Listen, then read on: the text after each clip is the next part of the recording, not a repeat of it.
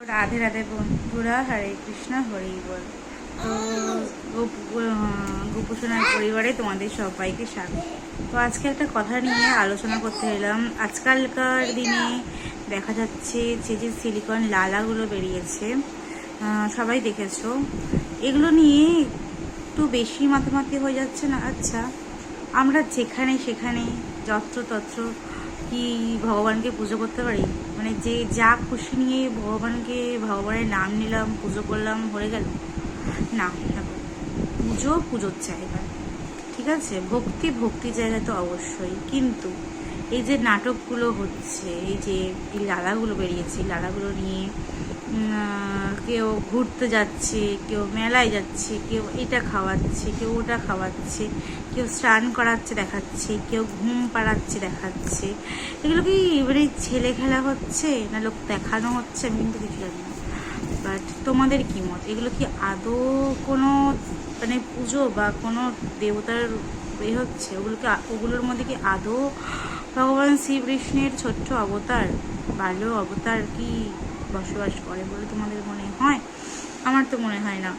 তো মেন হচ্ছে পিতলের বিগ্রহ, কোনো পিতলের বিগ্রহ বা চিত্রপট মানে হচ্ছে কোনো ছবি, এগুলোকেই পুজো করা উচিত। এই যে এখনকার দিনে যে লালাগুলো বেরিয়েছে, আমারও খুব ইচ্ছা ছিল যে নেওয়ার। আমি দামও জিজ্ঞাসা করেছিলাম, এগুলো দাম বলেছে অ্যাপ্রক্স, মানে অরিজিনাল জায়গা থেকে নিলে হচ্ছে অ্যাপ্রক্স 1 লাখ, মানে 1 লাখ টাকা।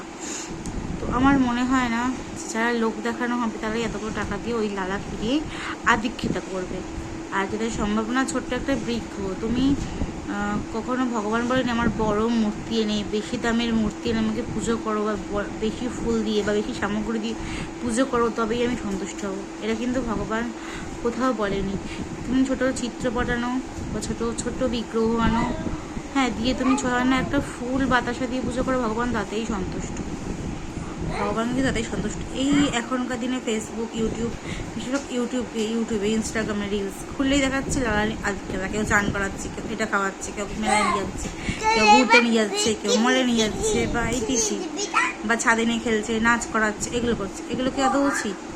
এগুলো কিন্তু উচিত না। ভগবানকে ভগবানের জায়গায় রাখো না, একটা পুতুল নিয়ে খেলা করো, সেটা ঠিক আছে, ভগবানের খেলার জিনিস নয়।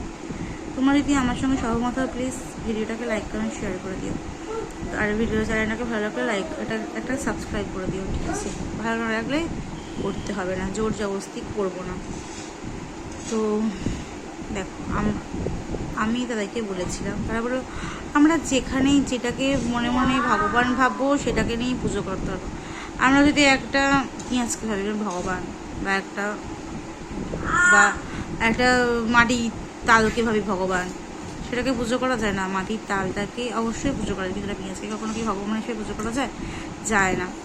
তারপরে ধরো একটা কোনো জিনিস, ওটাকে ভাববো আমি একটা ভগবান, ওটা হিসেবে পুজো করা যায় না।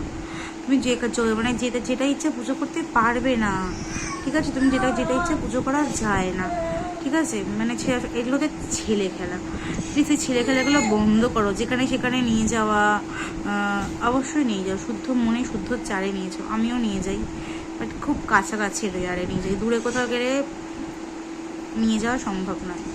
আমি গোমাতার ভরসা রেখে তবেই যাই, যে না তাকে যতদিনে বেড়াতে যাব ততদিনে খাবার দিয়ে যাব।